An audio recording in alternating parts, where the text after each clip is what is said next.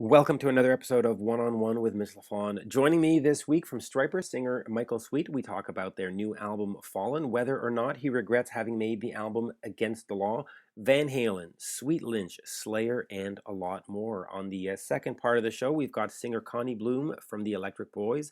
They have recently re-released their Starflight United album with 5 bonus tracks. It ranked in my top 10 of 2014, so definitely worth checking out the new reissue. He also mentions his new solo album that is going to be offered at pledgemusic.com. It will be in Swedish only, so that'll certainly be interesting for fans.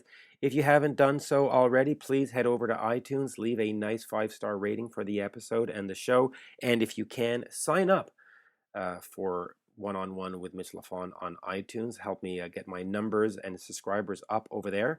But first, let us listen to Michael Sweet of Stryper. Here is Michael. We are speaking with Michael Sweet of Stryper. The new album is Fallen. Good day, Mr. Michael Sweet. Hey, Mitch, how you doing? I was just before you called, I was sitting reading all the blabbermouth comments on what a moron I am suggesting producing Van Halen. Well, I do want to talk to you about that and production, and I want to talk to you about Tom Werman, who did the Against the Law stuff, because he didn't produce Van Halen, but he produced a lot of the bands in the 80s. So, Sure. but I do want to preface it by saying this is, I believe, our third or fourth interview in the last sort of calendar year, for Sweet and Lynch and other stuff. So we're going to try to not cover the same bases. Okay. If possible.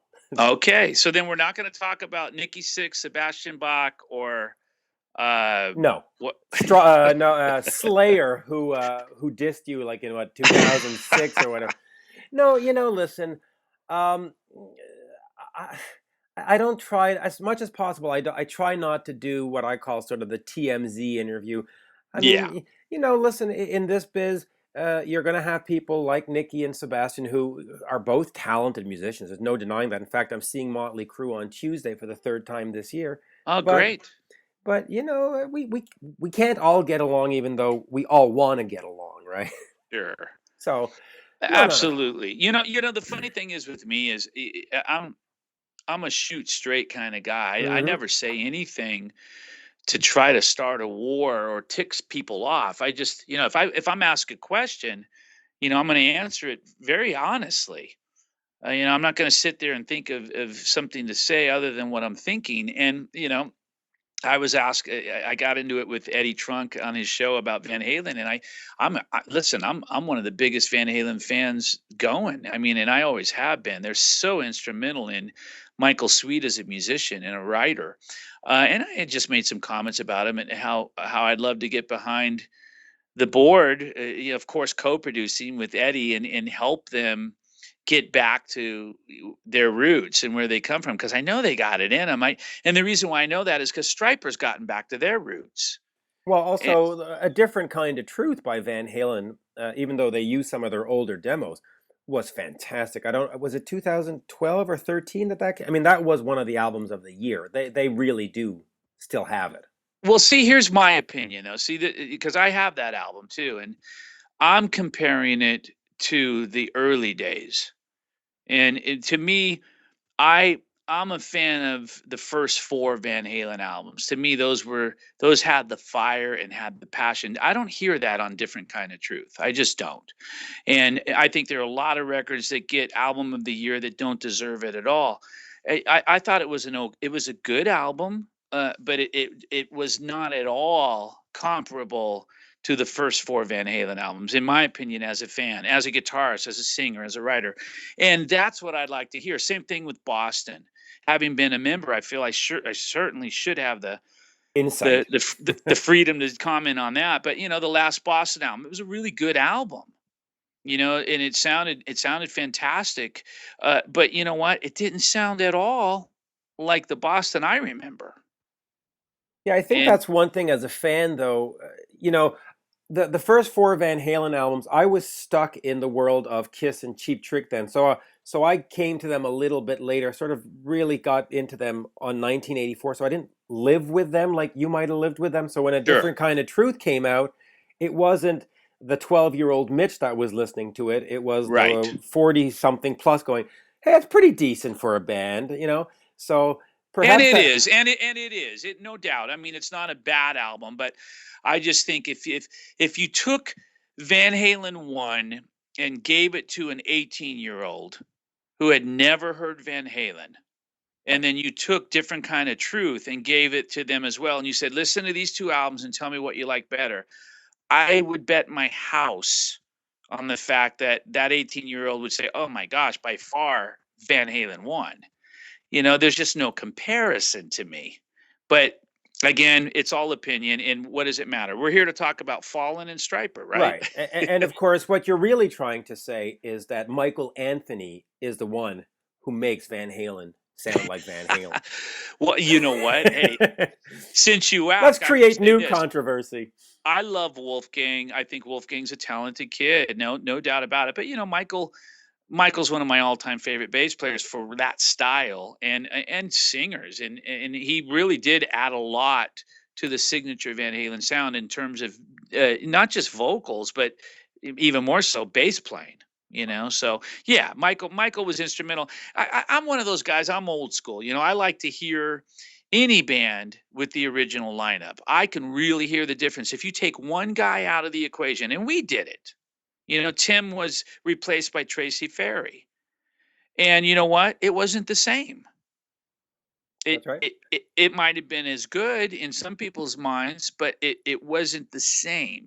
And I think a lot of fans want to hear the same. They want to hear what put that band on the map. And fortunately or unfortunately, it was the original lineup.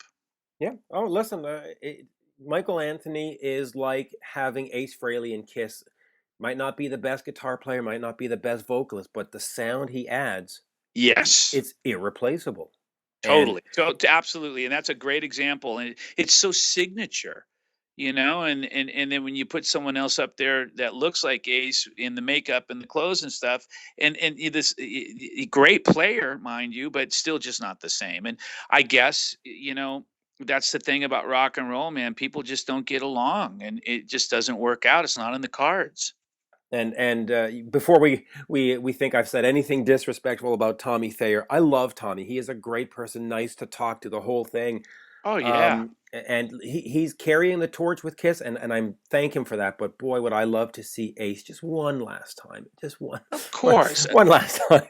But hey, Absolutely, and I hear you. I hear you, man. And there's just something special about that original lineup in the band, and when they were in their heyday, be it Kiss, be it Foreigner, be it Journey, be it whatever band it is. Pick any band, But yeah, that's not always a reality, and that's just the way it goes. well, since we're talking about original bands, you covered on the Fallen album Black Sabbath After Forever, one of their, I don't even know if it's a hidden gem. It's just a fantastic song, and they're doing it these days on a reunion tour without Bill Ward. So let's just start there.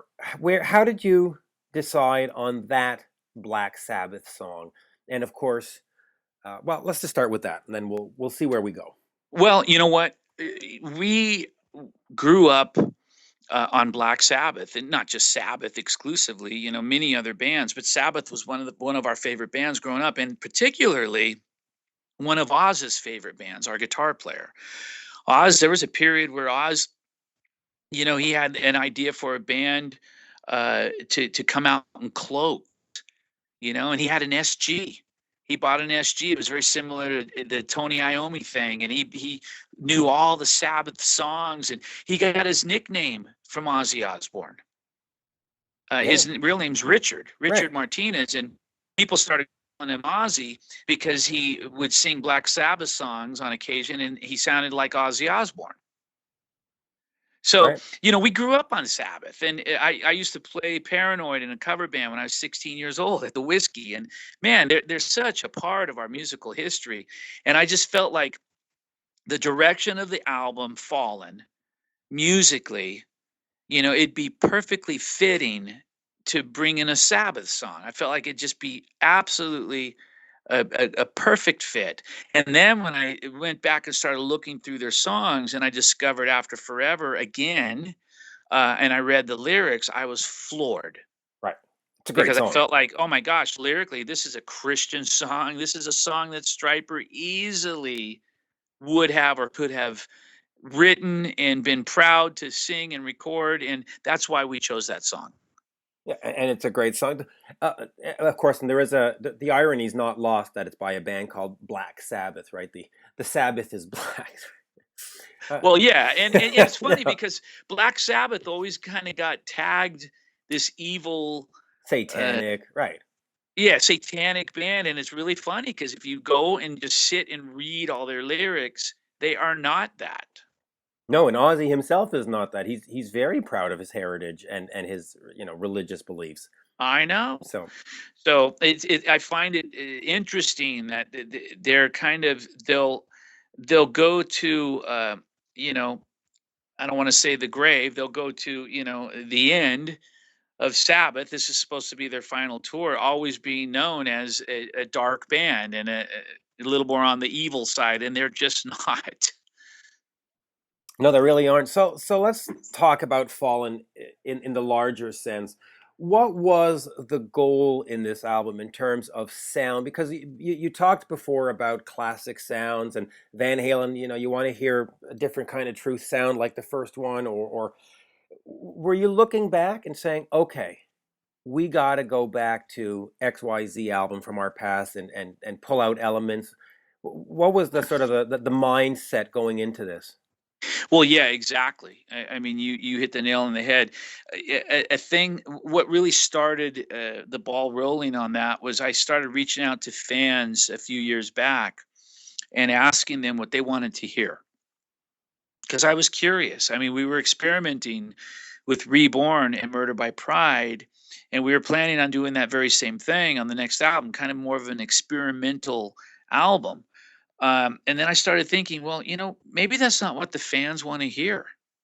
Maybe the fans want to hear what we've always done. Right. The old school style and the hard, aggressive, typical Stryper sound and the harmonies and blah blah blah. So when I posted that on Facebook and Twitter, sure enough, it just exploded. There was something like 2,000 plus comments instantly and seen by 200,000 people, and for us that's pretty good for our Facebook.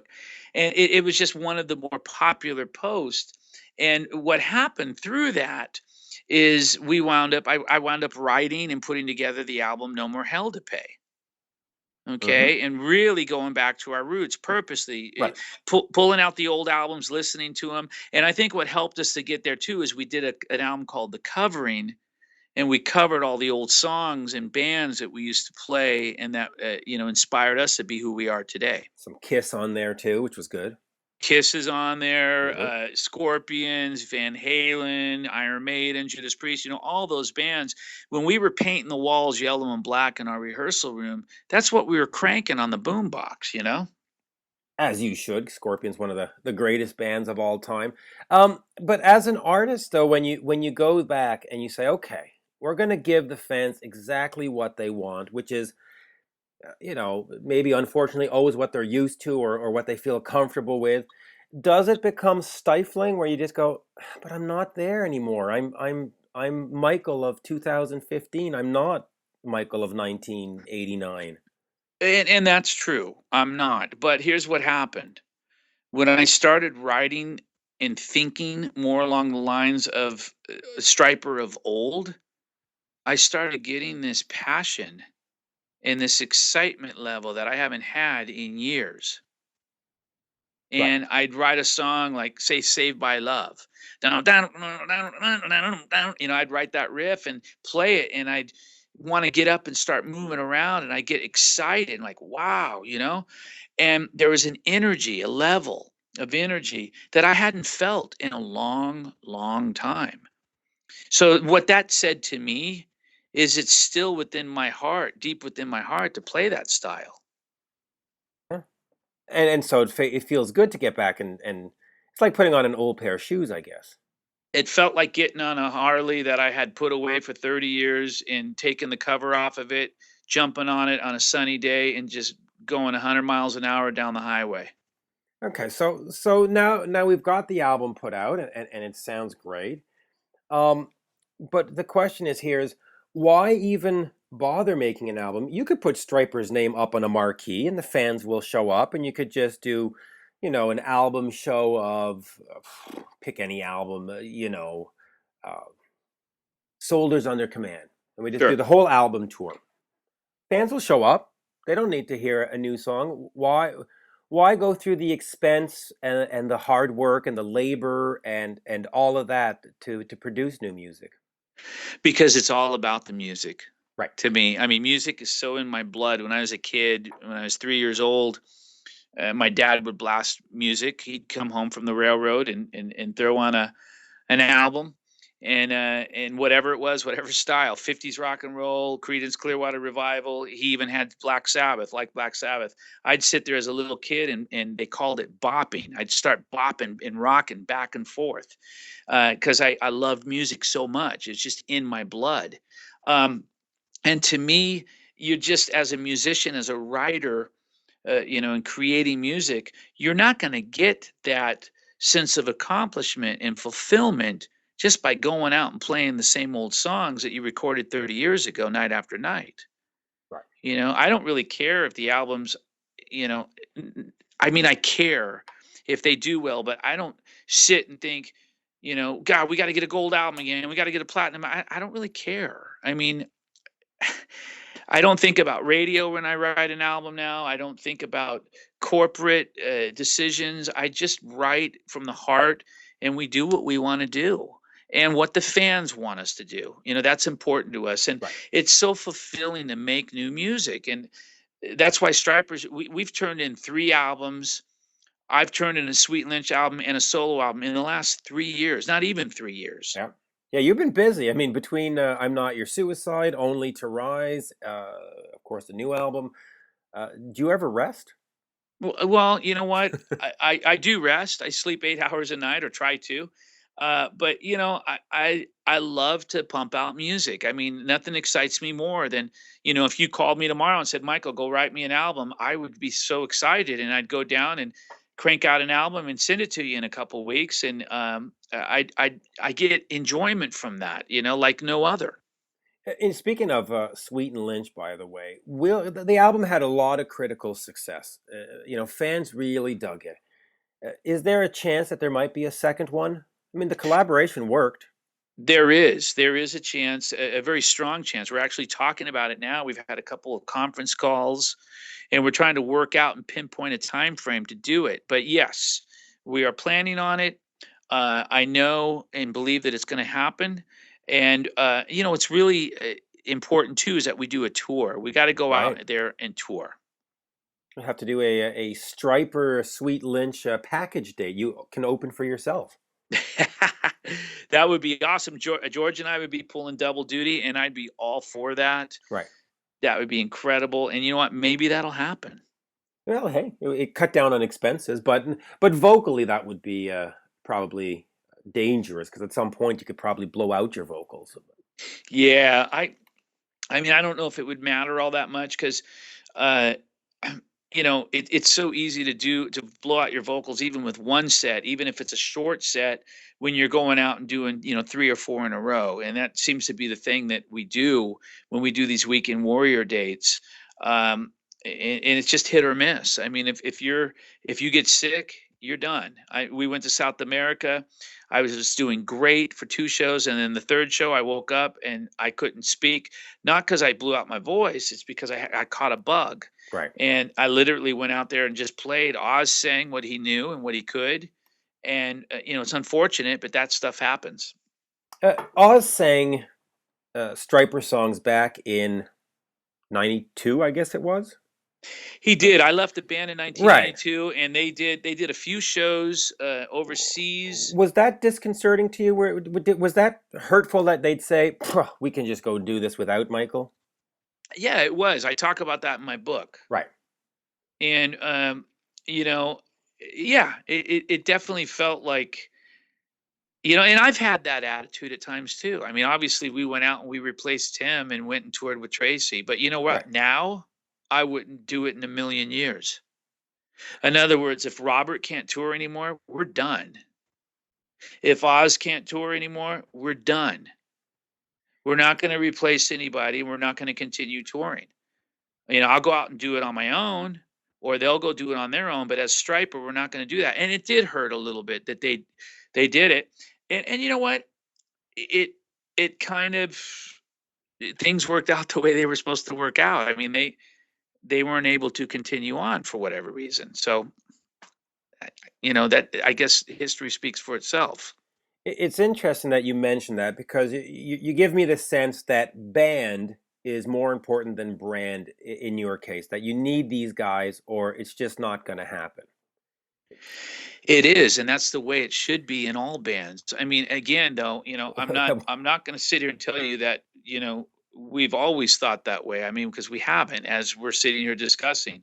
The guys went out and toured without me and continued on, and we continued on without Tim a few times. Right. So it happens, and I get it. You don't get along, and you want to continue on with the name. Bobby Blotz is out there touring as Rat, and it's just him. And he's not even, if you want to get down to the nuts and bolts, he's not even like a true original guy going way back when they were Rat playing Gazaris with Stryper. But it happens. I get Right. it. People want to survive. They want to go and work and eat. But at the same time, it doesn't mean that it's right. You No? should have a sense of pride and integrity when you have a band, and come to the realization, humble yourself and come to the realization that what makes up that band is the original lineup, and it's each member. Yep. I mean, there are times where a lineup change has worked out in the favor, like Iron Maiden. Paul Di'Anno got replaced, and it certainly seems to have worked with Bruce. But I agree. Usually, the original chemistry is what people fall in love with and want to have go forth. But let me ask you about brand for a second, and let's go back to 1990, Against the Law. This is one where the Isaiah 53:5 disappears from the cover, where the yellow and black attack disappear. Um, why was it important for you then to sort of try to change the band and brand look of Stryper? Well, I think we were getting pressure from the label. We were getting pressure from ourselves, getting pressure from the fans, but most importantly, I think our hearts. We were in a dark place. We kind of became very rebellious towards the church, towards everything, and we Right, kind of because had we had a screw you attitude, and it started coming out and presenting itself. Right at the end of In God We Trust, into the Against the Law period is when we started drinking again, and for lack of a better way of putting it, the sin started creeping in. right, And one guy would bring a 6 pack, and then next day a 12 pack, and then we're all drinking and we're all bringing booze, and it just kind of started escalating and getting out of control. And we went in making that record.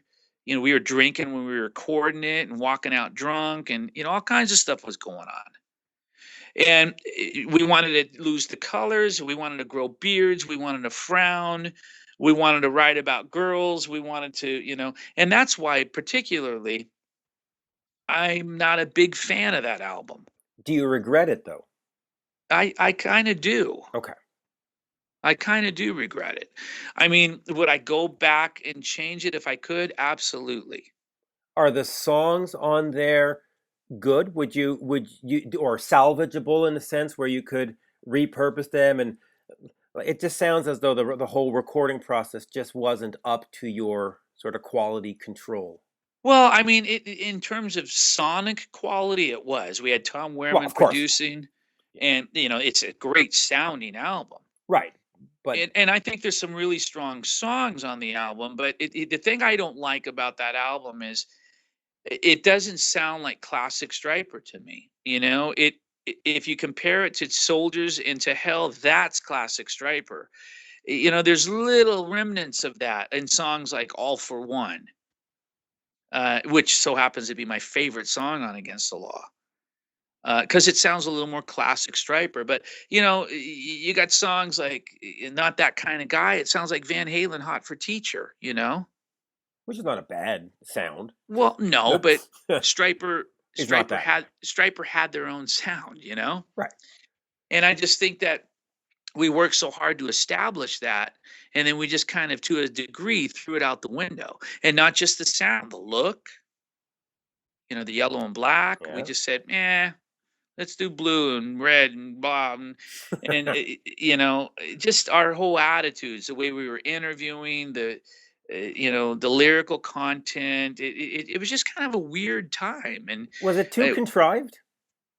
I'm sorry. Was it too contrived? Were you just trying too hard to not be you? I think so, absolutely, and I think a lot of fans caught on to that, and we lost a lot of our fan base back then. Oh, absolutely. But to be But fair, so did Rat, so did Def Leppard. I mean, the '90s were not those bands anymore. right, and that's true, and I think many bands were desperately searching for a way to reinvent themselves, so maybe that's part of what we were doing as well. But the thing that got me the most is the fact that here we are, Christian guys. We're up on stage telling people, hey, Jesus is the way, here's a Bible. And then we'd get off stage, go change our clothes, go to the bar and start pounding, alcohol with them. Right. I And mean, you I must have. started feeling hypocritical, and I started feeling guilty and feeling like this is just wrong. And you know what? It is wrong. Yeah, and that's what I was going to say. I was going to say, well, it does come off as hypocritical, but let's get back to the positive for a second, because you did have Tom Werman working on that album, and Tom lives not too far from you. He's up in Lenox, Massachusetts, Right. actually, Yeah. Yeah. with a fantastic bed and breakfast, which I've actually stayed at. I I recommend it. gotta go. I've actually reached out to Tom, and he's reached out to me, and we've wanted to go, but we haven't yet. But we will do it. I hear it's fantastic as well. Yeah, my wife and I stayed there with our kids once, and it's gorgeous, gorgeous. And of course, you see all the gold records from all the favorite bands, and you go, Oh yeah. "Oh man, I'm jealous." But listen, he did Cheap Trick, Ted Nugent, Twisted Sister, Motley Crue, L.A. Guns, Poison, Blue. I mean, the list is like a rock and roll the trip down the Rock and Roll Hall of Fame, right? Sure. What was it like working with him? A lot of people seem to have had a bad experience in the sense that he likes to control everything in the studio, and other people say, "Hey, that's what a producer is supposed to do." You sort of want a coach to coach the team, right? What was your experience with Tom? No, it wasn't really a bad experience at all. I mean, Tom's a great guy, and we had a blast hanging out with Tom. And he didn't really try to control everything. I mean, he at least, unless I have this completely wrong, which I don't think I do, he relied a lot on his engineer, Eddie Delana. And Eddie was a very musical guy, and got the tones for the most part. Tom would come in and of course give his approval and his opinion and whatnot, and that's why we hired him, and he's a legend. But a lot of the reason why that record sounds like it sounds is due to Eddie Delana as an Right, engineer, right, and due to us. I mean, Stryper's a band. You got to understand. Uh, Stryper's a band. There's no fooling around with us. When we go in the studio, we're ready. We got the songs worked out. We got the melodies worked out. We got the parts worked out. No producer's going to come in and have to tell us what to do. right. It's just not going to happen. Now, other bands, Is that sometimes a disadvantage where, sometimes a producer could come in and sort of bend your ear and say, "Hey, if you just tried it this way, is it sometimes too rigid the way you go in?" well, I don't think so, because Okay, we have a way of working in a system down that works for us. And I think we've proven that over our career, and certainly absolutely. in the past 10 years. I mean, because we're getting better and better with each release. We've finally figured it out, since we disbanded Right, to now. right, It took us a little while, but I don't. That's why I produce the stuff. We don't. We get a budget, whether it's 100 grand or 150 grand to go make an album. Why are we going to take 50,000 of that and put it in a producer's pocket, who's going to come in and just say, Yeah, it sounds great, just like that. Let's do it like that, because that's usually what happens. We worked with Michael Wagner, who's a brilliant producer, and Michael, we had everything ready, and Michael came in, and we would start recording, and he'd be like, "Sounds great." Right. Yeah, let's record it, and we record it, and he'd be like, "Yeah, next. What do you want to record next?" I mean, that's kind of how working with Stryper is. Right. It's an easy gig. I want to go back to sort of thematically about against the law, because you mentioned that the church had been coming down on you, and things were just getting all sort of messed up. How did you ever reconcile the fact that here you are doing a Christian band doing what a lot of churches considered to be quote unquote the devil's music? Was it like, huh, uh, dilemma here? Oh, absolutely. I mean, Stryper always felt like we weren't sure about our place in this world. Michael W. Smith has a song called Place, I want to find my place in this world. We never really fit in, Right. on either side. Yeah, agreed. Because you certainly weren't selling what 1985 Motley Crue was selling, or Nope, girls, girls, girls, and blah. You weren't selling that. But at the nope. same time, if you showed up at the local church and they in your yellow and black attack outfits, they'd look at you and say, "Dude, get out! You don't belong here either." So, e- what did you do? Exactly. Well, here's what we did. We did what we felt led to do. We did our own thing. Right. And nothing stopped us from doing that. I think a lot of bands might have said, "Okay, we're done. We're going to change because this is too much."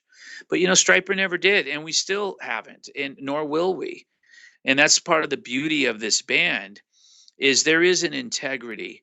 There is, such a deep faith and belief in what we do and how we do it, Right. and we've seen the effects of that on people that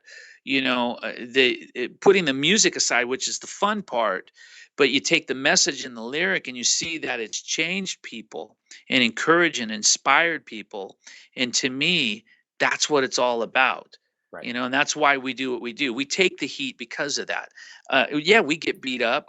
We've heard it all, man. We've been booed off the stage. We've been spat on, had things thrown at us, uh, played to at the end of a festival where there's 10,000, and then we go on stage and there's two people left. Right. I mean, we've done it all, you know, but it doesn't stop us because we know why we do it. And that reason is to make good music, like To Fallen. make good music, but even more important at the end of the day, because when the music is gone, there's people, Right. there's lives. And if we have helped someone who was suicidal not take their lives, or someone that was a drug addict give up drugs and now they're pastoring a church or what have you, if we can do that, that's everything. Right. Which is a great accomplishment. Now, I think we were given 20 minutes. We're at half an hour, so I'm going to ask you one remarkably silly question. I appreciate the fact that it's silly, but I've always had this in my head. Why yellow and black? Like, where did that come from? Why not like purple and red? You know. I'm gonna I mean, give you I apologize, but I've always had this stupid question in my head, and I go, "Why are they yellow and black? Why those colors?"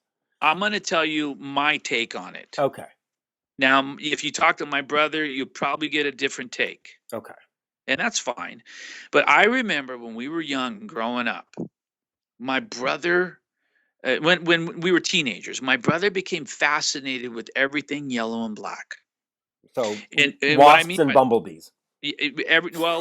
road signs Right. Okay. particularly. There you go. Okay. We'd be driving down the highway and he'd say, "Oh, that's a cool sign, yellow and black," and we would go and steal the sign. Uh-oh. You're not supposed We'd to go we'd steal. go like hammer it off of the telephone pole and take it home and put it on the walls at the rehearsal room. Right. And then, that was one yellow and black sign, and then this yellow and black sign, and then we painted the walls yellow and black. He painted his drum kit, and it just spiraled out of control, and everything became yellow and black. And then once we were yellow and black as Rock's regime, we came upon the name Stryper Right. When we signed with the label, they said they hated the name Rocks Regime. We became Stryper, and everything was already striped in yellow and black. So there you go. So there you go. I honestly, I think it just boils down to the simplicity of my brother was really fascinated with yellow and black. And of course, circumstance, because now you have a band called Stryper, and you have all these stripes, so it makes sense. Exactly. And I'm not trying to belittle that because quite honestly, it is very integral and important Right. in terms of who we are. People often enough remember us only for the fact that, oh yeah, you were the yellow and black guys.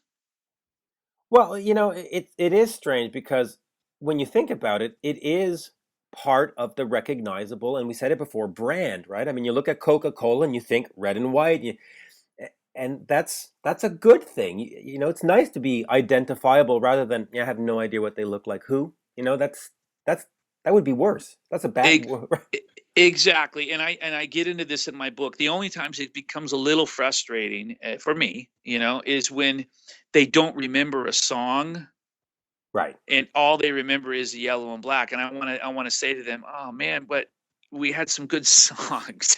You should listen to them. Yeah, but on the other hand, at least they're halfway in the door. By Exactly. half full, right? The glass is half full. Michael, always a pleasure. We covered an array of stuff that we hadn't done before, so that's great. And like I encouraged the new Van Halen album from a few years ago, I encourage folks to pick up Fallen and the Sweet Lynch from, was it earlier this year or was it last year? It was Earlier earlier this year. this year, believe that or not. Yeah, Crazy. that was a great album. So just keep making great music, and let's do another one of these on the next release. So probably around Christmas, I would guess. That sounds good, my friend. Well, the next release will be a solo album coming out probably May or June of next year. Oh, you know what? I actually was going to ask you about that. So that's the plan. May or June of next year, solo album. And musically, will it be a rock album, or are we doing, the jazz quartet Michael Sweet thing? Like No, man. Okay, I tell you what I do on my solo albums is I typically mix things up. They're very diverse. I'll right, do like a rockin' tune like Taking on the World Tonight, and then I'll do a song that borders on country like Coming Home. right. This album isn't going to be that. This album is going to be heavy, guitar in your face, Nice. old school, and consistent. It's That's the gonna way be to it's do it. gonna be the album that people hear definitely and say, "Wow, I didn't know Michael had that in him." And I think it'll blow a lot of people away. I got Will Hunt drumming on it from Evanescence Yeah, and he's Black Label. great. Yeah, he's slamming. And it's going to be a kick butt album. It's coming out on Rat Pack Records, Yeah. and that'll be, like I said, probably around May, June. And I'm pumped, man. I can't wait. Yeah, and Will was also in a band called Scrape, I believe, back in the day. Yes. Yeah, and there you go. You should maybe get Richard Chrissy of the Howard Stern Show to do one pass at the drums on one song, because you know how he would love that, right? Oh my gosh, Richard would go crazy. I think he would be ecstatic. You might need to make that call just for the fun of it. But there you go. Always a pleasure. Thank you. I know we've gone double time, and I hear your phone buzzing. You've got other ones to do, but there Hey, you go. Mitch, it's been a pleasure, brother, and an honor. Thank you so much. And let me know when this airs because I want to tune in. Absolutely. Well, this is going to go next week, so Monday or Thursday of next week. Perfect. Thank you, sir. Okay, buddy. Take care. Have a good night. You too now. Bye-bye. Bye, Mitch. And there you have it, folks. My interview with Stryper's Michael Sweet. The new album is Fall. And speaking of new albums, I would definitely be interested in hearing what a Michael Sweet produced Van Halen album would sound like. Hopefully, someday that'll come to pass. But for now, let's get right into our second interview with the Electric Boys' CONNY BLOOM. The band has recently re-released their 2014 Starflight United album, adding 5 bonus tracks, making it that much better. CONNY is also offering his new solo album via Pledge Music. It is in Swedish only, so longtime Electric Boys fans will find that interesting to hear an album not in English, but in Swedish. CONNY explains his decision to do that, so hey, why waste any time? Let's get started. Here is CONNY BLOOM. We are speaking with CONNY BLOOM of the Electric Boys. Good day, CONNY. Good day. How are you, sir? Good. All Always right. a great pleasure to talk to you. The Electric Boys are one of those bands that in North America we don't hear uh, nearly enough of, but you've been putting out some great music. And the last album, Starflight United, which was a 2014 release, was one of my top albums of 2014. So, Was it uh, really? oh yeah, I love that album. It's a great, Oh, great thanks. album. Great. I'm just trying to think. What was that? The funky song, um, BASF. That was the one, and Yeah. Tramp. And Born Again Super Funky. yeah, that Yeah. that's the greatest song ever. I love Thanks. that song. But let's talk about all that stuff. Let's talk about what's going on with the Electric Boys. You've also got a solo album. But let me start here real quick before we get into all that. I interviewed Michael Monroe of Yeah. Hanoi Rocks recently, and he was talking about you and about how the lineup that you were in was one of his most favorite lineups that he had ever been with.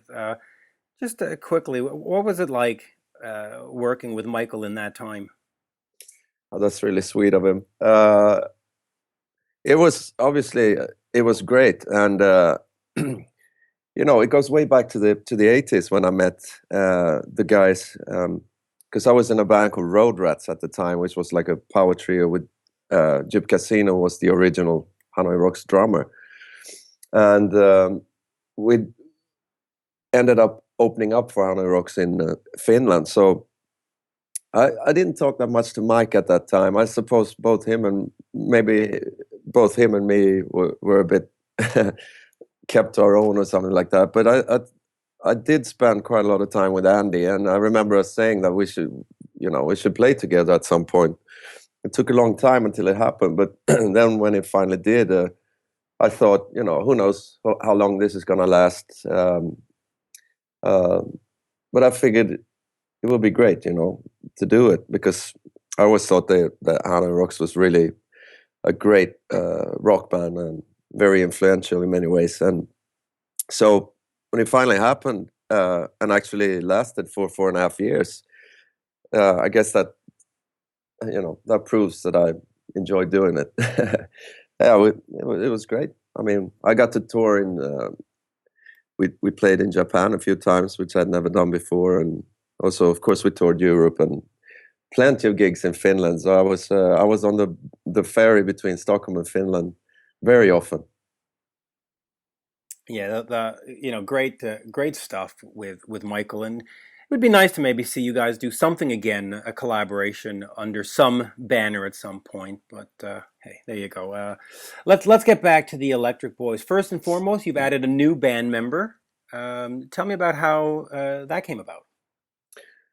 Well, Jole Atlagic was playing with Hanoi Rocks towards the end, and it just turns out that it's our original drummer Niklas Sigervall. He lives in Los Angeles, and it's really expensive just to bring him back and forth if we just have like one gig here and there. He's been doing the tours, but then of course there's like weekend gigs or weekend shows sometimes, and so Jole seemed like the closest and best choice, because Andy, our bass player, and him was really tight from the tours with Hanoi Rocks.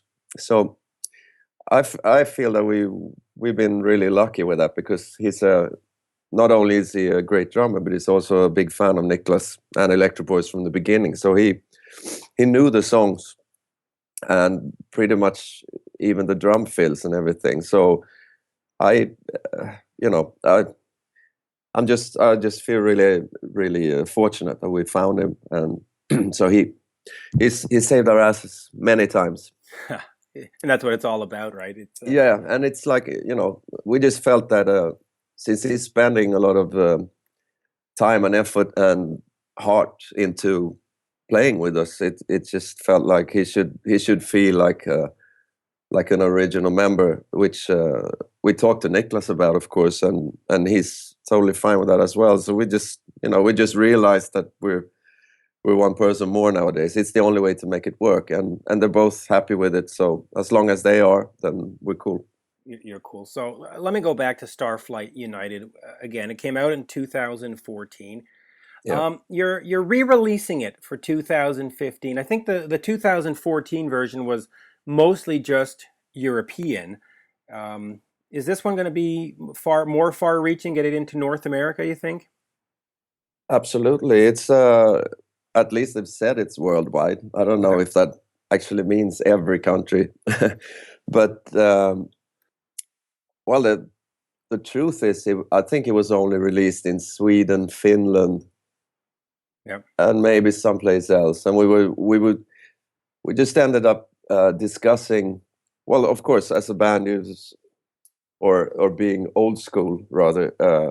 If you work with a record company, you sort of expect things like that to go via them. But for some reason, it was difficult, and they didn't find someone to distribute it that they liked or wanted to work with, or something like that. So in the end, we just said, let's just move ahead and really make sure it's out there.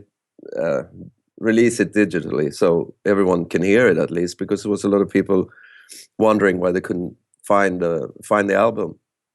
Yeah, which is And then we had those 5 extra tracks, right.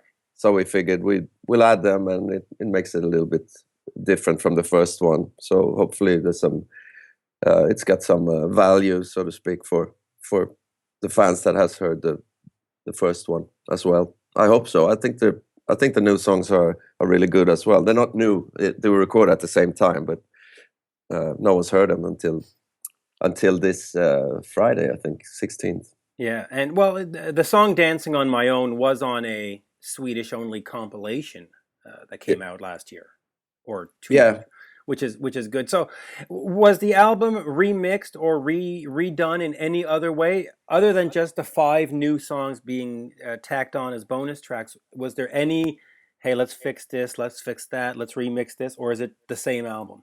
it's the same album, Good. and we were also really happy with the way the production turned out. Yep. I think Patrick Frisk he did a really good job mixing it and producing it. So yeah, we just added those 5 tracks. Yeah, which is a good thing. Now, the band after 1994's Free Willing took 18 or 17 years off before the other album and Them Boys Done Swang. Yeah.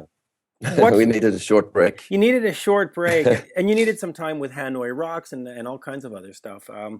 Yeah. But what are the plans now for a other new album? Have you started working on new material for an Electric Boys album? Of course, there's always that process going on.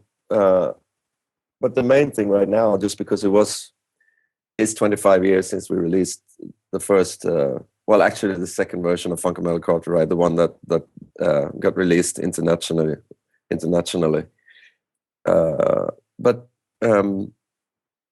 we've mainly focused on these tours coming up, and to get this album out, Starflight United, and then. But there is ideas, of course. We went into the studio with Jolle, the drummer we talked about, and recorded some ideas. So, but there's no plan as to when we're going to record it or where or stuff like that. We'll take that as soon as these tours are over. Yeah, so let's talk about that tour. 25th anniversary of Funko Metal Carpet Ride. One of those landmark albums which, a lot of fans really love.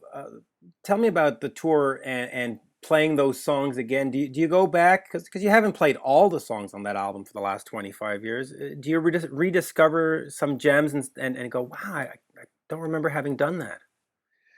Well, I was listening to some of the stuff today, and I just I realized that it sounded like I was on helium, those balloons where your voice goes higher.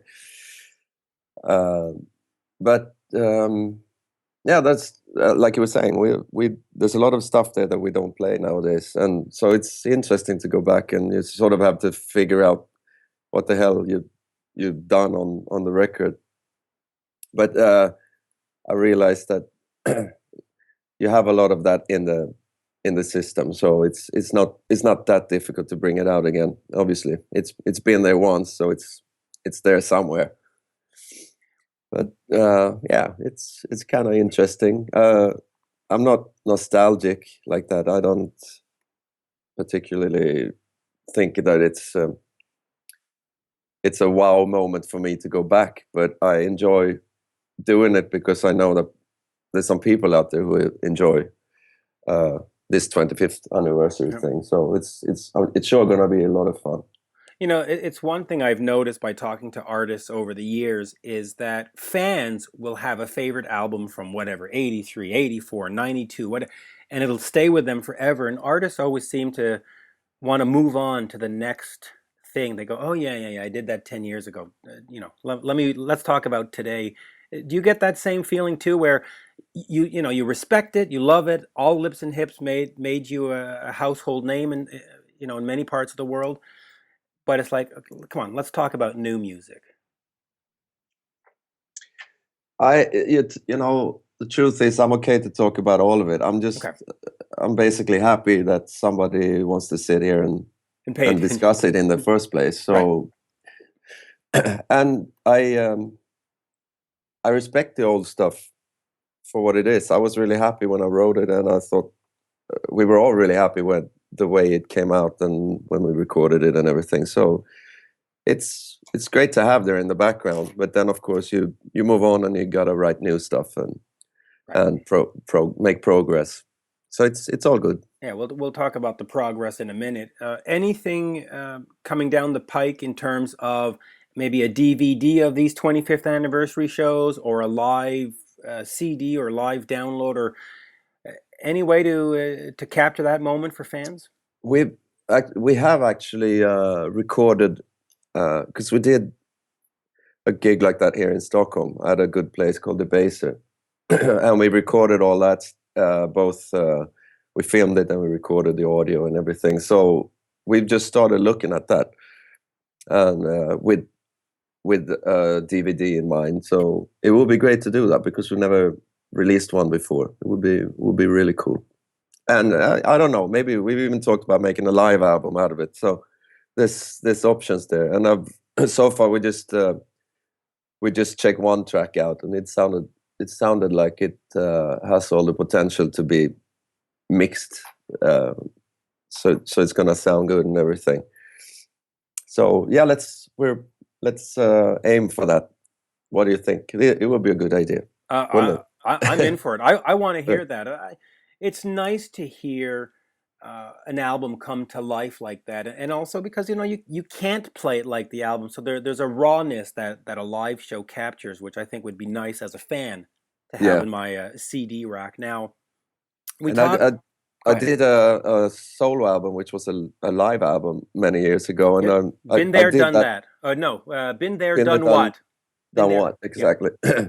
And it's I just did it because of that reason, because I find that there's something that happens in the studio that makes you sort of that it's that red light button fever or something like that.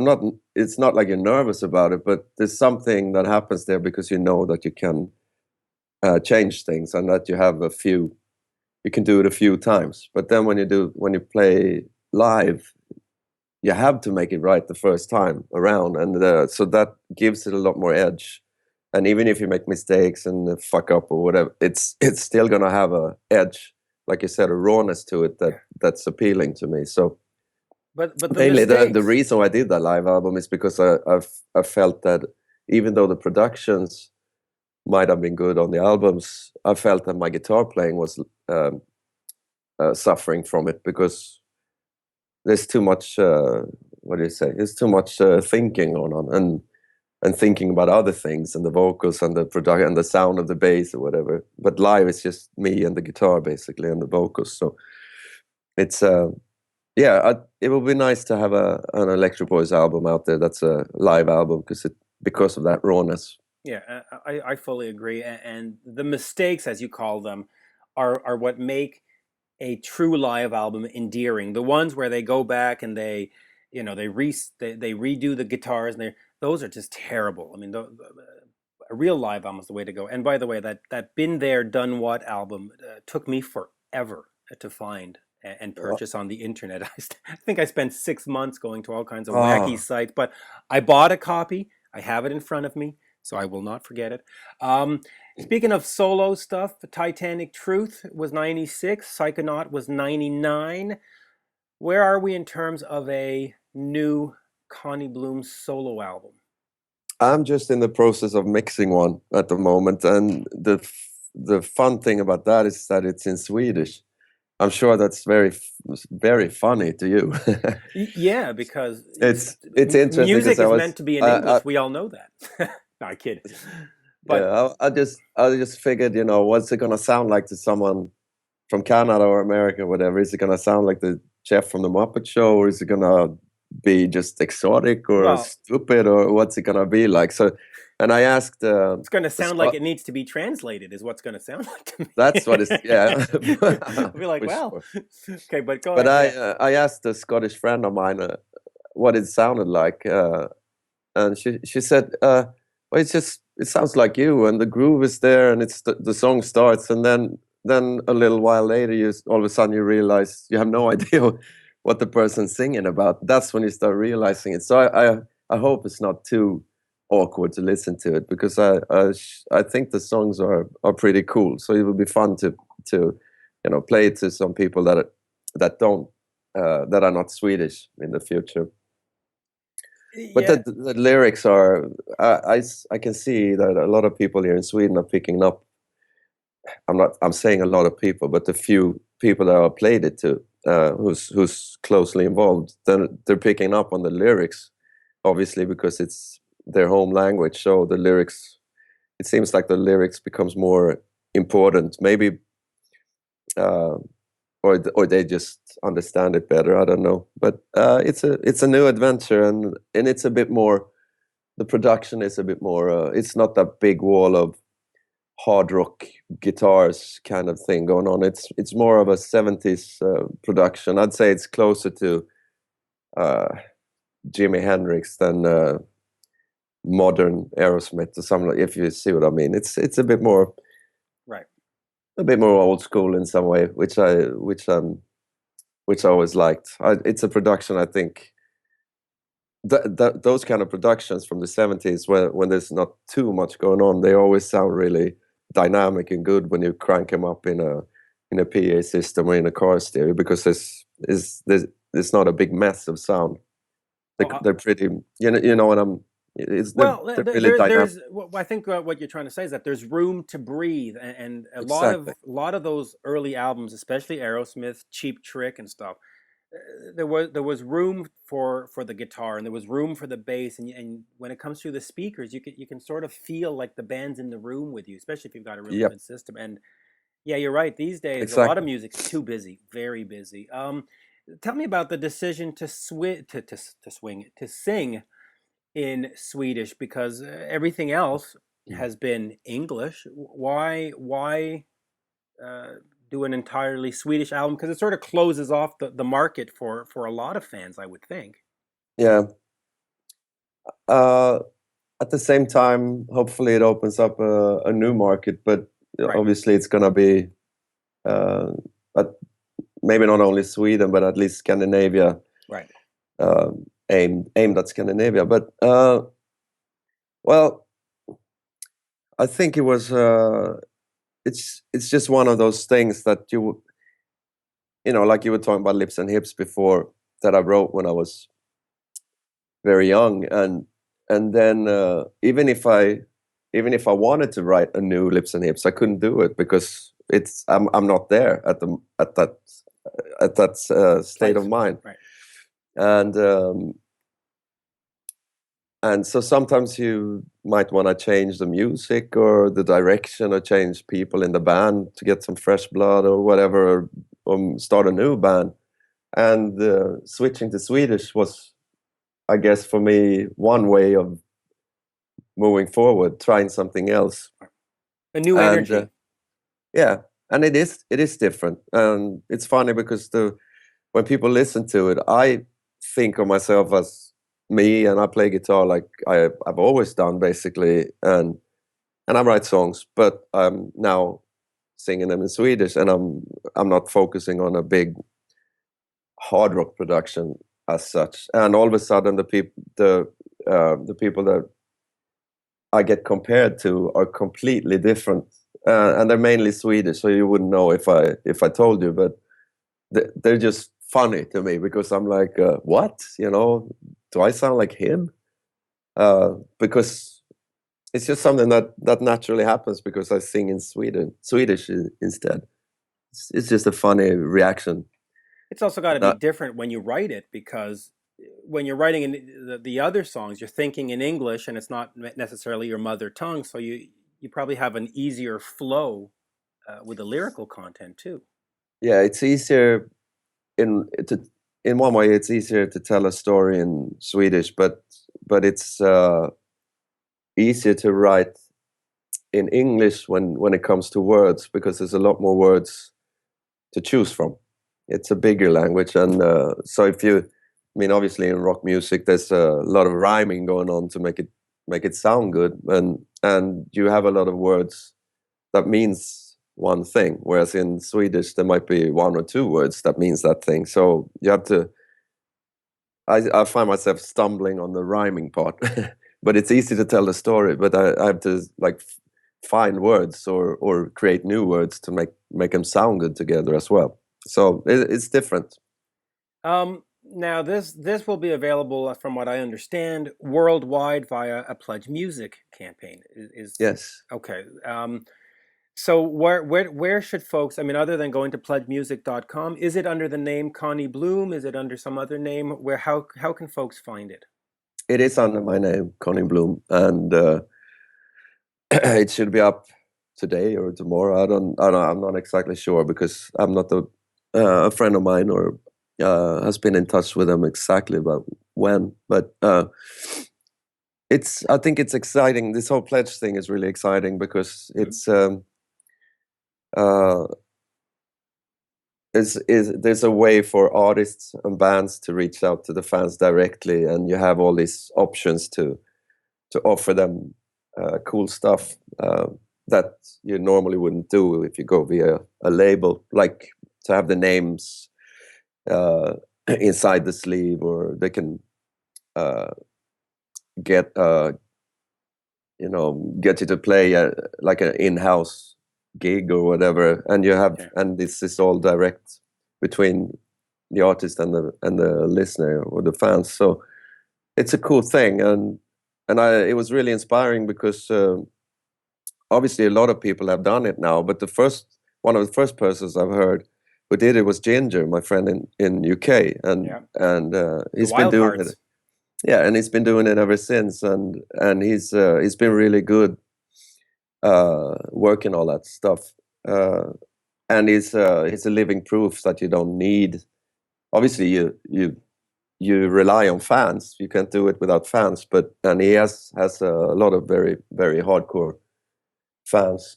But at least him and all these other bands that are doing it has proved that there is a way without record companies. It's going to take a lot of your money and may not necessarily do a lot for you because of and the way also things keep are you nowadays. Regional, because the Wild Hearts, in Ginger's case, never really had a great presence in North America because the record companies never pushed it.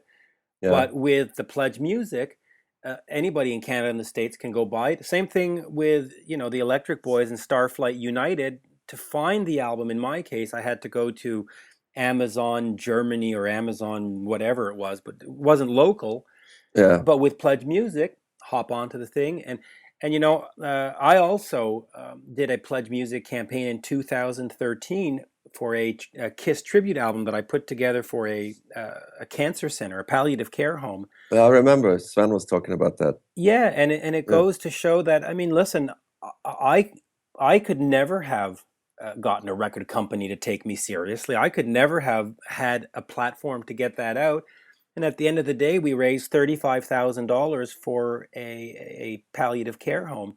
Yeah, and there you go. And that's because of and a lot of the orders in my case came from Australia, came from Sweden, came from all kinds of places that even if a record company had given me a shot, they would have said, "Well, we'll sell it in Montreal. Good luck to you."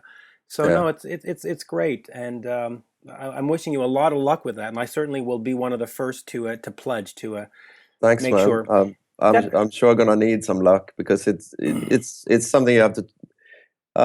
It's a chance you take basically because you might have fans out there. You don't know how many fans, and you don't know how much they know about Pledge. At least I know in Sweden that there's a lot of people who don't know about Pledge yet. I'm like one of the first people here who are doing it. So I'm just hoping that they will latch on to the whole idea once we start promoting it. Yeah, I'm sure they will, and I guess that's the key is just to get word out there and make sure people do it. But it's a great platform, and I wish you a lot of success with it. I'm very much looking forward to it, and I'll finish with this. After the album comes out and it's in Swedish, do you, all jokes aside, think that you might make a version that has the lyrics redone in English, where you might just do a second version of it? No, but maybe in Spanish. There you go. That could work. A little more flamenco guitar well, to it. that's an interesting idea. You never know. At the moment, I haven't thought about doing that. I'm right in the middle of mixing it, trying to make it work in Swedish. And maybe, and that would be a new adventure to yeah. To do it like that.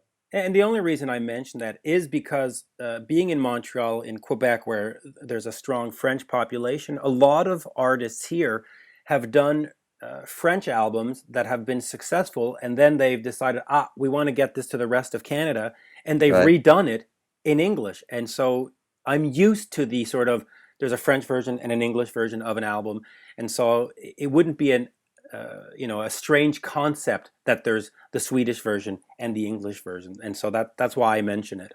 Yeah, well, it's a valuable point. It might be a good idea. Yeah, at some point. We'll see how this first one goes, and if and like I said, it'd be interesting to hear how people outside of Sweden what they think and how they can get into it because it's not their language. But hopefully it's gonna appeal to them as well because of the songs and the production and all that. Yeah, a good song's a good song. So there you go. Connie, always a pleasure, and we'll do this again soon. Thanks, man. Pleasure talking to you. Absolutely. Thank you. Take care. And there you have it, folks, my interview with the Electric Boys' Conny Bloom. His new solo album is being offered over at Pledge Music. Do remember to check out Starflight United, the deluxe edition, available everywhere. I would like to thank Conny and Michael Sweet of Stryper for being my guest this week. If you want to follow everything I do, check me out on Twitter at Mitch Lafon. There is the One-on-One with Mitch Lafon Facebook page. There is also my private Facebook page, Mitch Lafon. I invite everybody to join me. Thank you for listening. Please, if you haven't done so, subscribe, be it at Spreaker, iTunes, iHeartRadio, TuneIn, Stitcher, or wherever else the show may be. Please do subscribe and enjoy the show. Thank you, and bye for now.